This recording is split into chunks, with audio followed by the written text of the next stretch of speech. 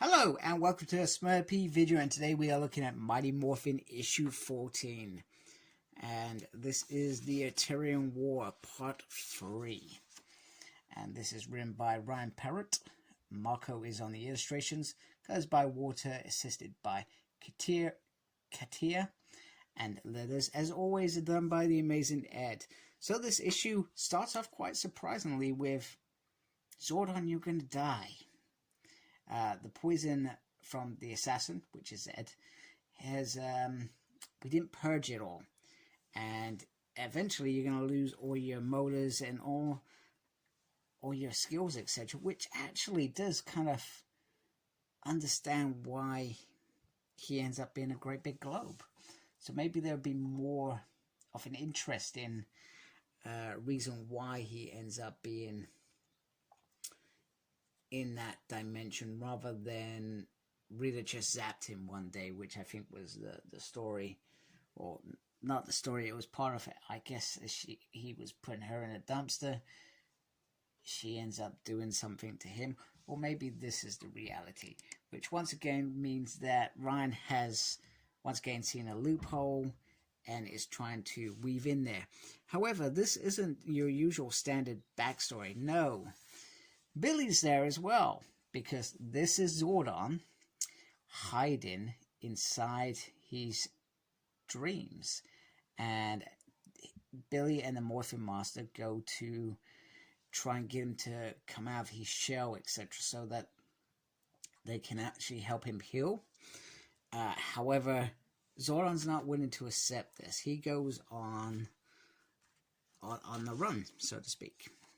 Meanwhile, back on Earth, Kimberly and Jason are having a conversation, and at some points it seems to get quite heated. So Kimberly says, I'm sick and tired of leaving my friends, etc. We're always running away. And it's true, there's a couple of times where they've gone on the run and left people behind to fend for themselves. And Jason, quite frankly, says, you know what? They should be grateful they're alive, and you should stop trying to think what Zordon wants to think about you. He's quite ruthless. And then he gets to a point where he talks about, we faced them, and each time we've lost badly, and we've seen the annihilation of worlds. And the only reason that the Earth isn't destroyed now is because they don't have the power coins. So it may survive. And also, I'm not prepared to send my friends and my enemies on a suicide run. And she says, you know, for somebody who's not interested in what Zordon thinks, you certainly sound like him. So, part of Jason's evolution. So, I feel like this is a part where he should have said, or they should have, at the beginning where we see Billy and the Morphin Master, I feel like, I'm going back a couple pages, like there should have been a bit saying 14 hours before or something. It says safe haven the present, and this is in his dream world, and it's a bit bizarre because actually that part that we've just read hasn't actually happened yet. It happens in a little bit, because at present Billy, he's got all the power right, and nothing's happening, and he can't understand why. So Yale comes in and says, come follow me, although Billy thinks he's trying to play with him, but he's soon advised otherwise. So they talk about punching the dead body, which we know works. If for those who read Power Rangers, we know that works, because that's how Trini contacted the yellow emissary, Morphin Master, as well. So he does his whole thing, and then boom, they're taken into this whole new world, and not a whole new world, other dimension, where they meet the Morphin Master, and who says, I am beyond. It's almost like Obi-Wan, or become more stronger than you, or, you know, my death isn't everything, so to speak. So they're going to go find Zordon, who is lost in his own consciousness. And they need to find out why he's hiding, because without him, they fail. Meanwhile, back on Earth, Bulk and Skull get the first exclusive interview with Zartus, who quite clearly says, we will rip down your, what are they called? I guess your governments and whatnot. Not in those words, but pretty much that's what he said.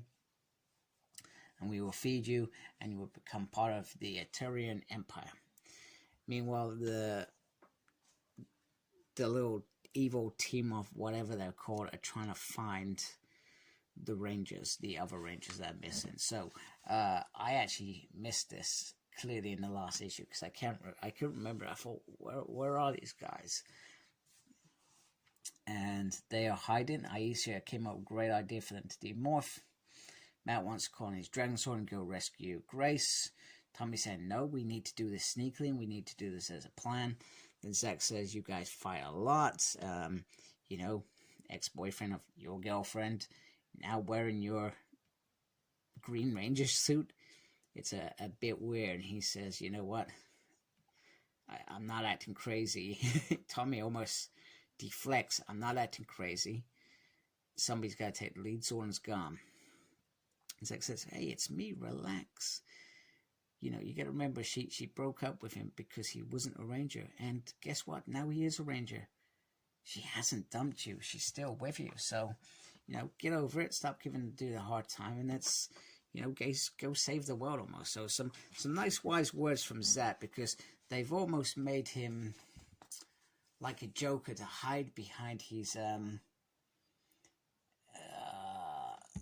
behind some a lack of confidence. But the Zack we all saw on the screen was a very confident person. So Ryan's almost taken that character and span it around. This is what you don't know about Zack. You know what I mean? Meanwhile, Rocky and Adam have got babysitting duties with Goldar and the Finster, Bamboo, and Squat. And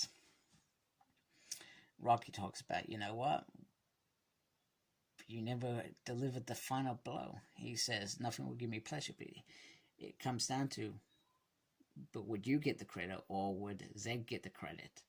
Which kind of sums up a very interesting piece around why Goldar never did it. Because he never did it. He had so many opportunities that he could have easily just gutted them, but he didn't. It was almost like he wanted to get defeated because he knew that it wouldn't be his victory, it would be Zed's victory. I like that a lot. I also like this bit around, you know, why do we follow Zed? Because we're terrified of him. Simple as that. He's scary. We also got, I love this little bit down here where you can see a little pudgy pig being built out of sand. And now they've got to choose. They've got to choose what side they're on. So this next bit makes me think of a Buffy the Vampire episode. Buffy the Vampire Slayer. Around where Glory, the god, season 5, she has just taken Dawn. And Buffy is hiding within her dream state. She's literally gone into a coma. And Willow has to go pull her out. This is very similar to that, where Billy's in there. He has to pull Zoran out of it. And it was because she was defeated. And in Zoran's case, Zoran actually has something very similar, where he almost says, I failed because it was my people. I believed in Eltar. I believed in them being better, and because of that, I ignored so much of what they really were. And it's brilliant, absolutely brilliant.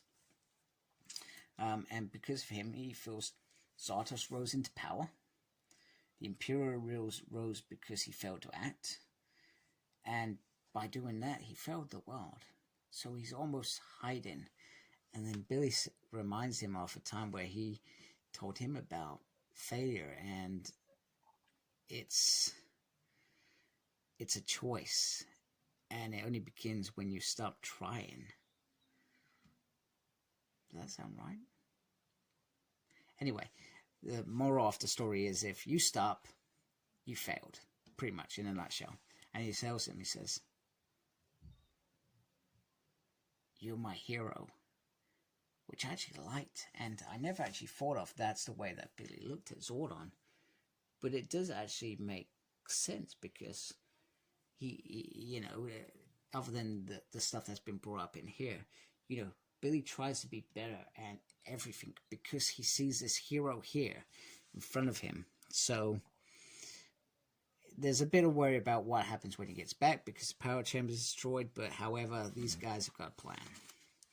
And also, these guys are having a conference about what they're going to do. And pretty much, they almost say, well, whenever you think Lord Zed's won, you go out and fight and you win. Why don't we just try that? Works for you guys against us, so,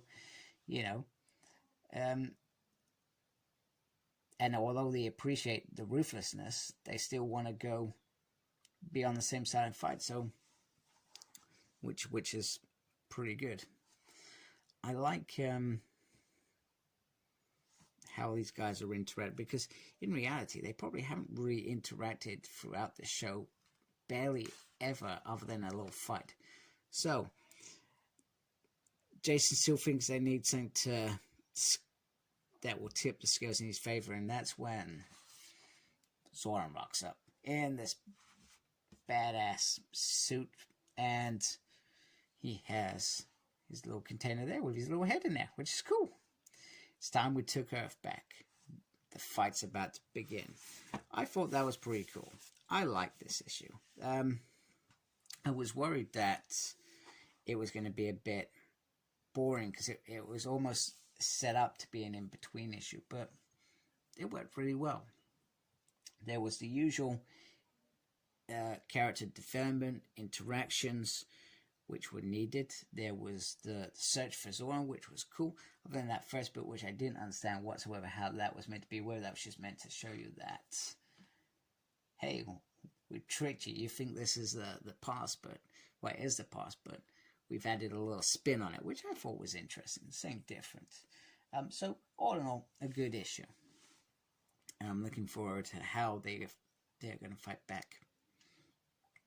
I just hope it's a little bit more than just the normal punchy, Rooney duty that we usually see. I hope we get a little bit more than that. So anyway, if you liked my video, please subscribe to my channel. I'd really appreciate that. Give it a thumbs up and comment. I love hearing your thoughts as well on things. And take care of yourself. Embrace the geekiness. Goodbye.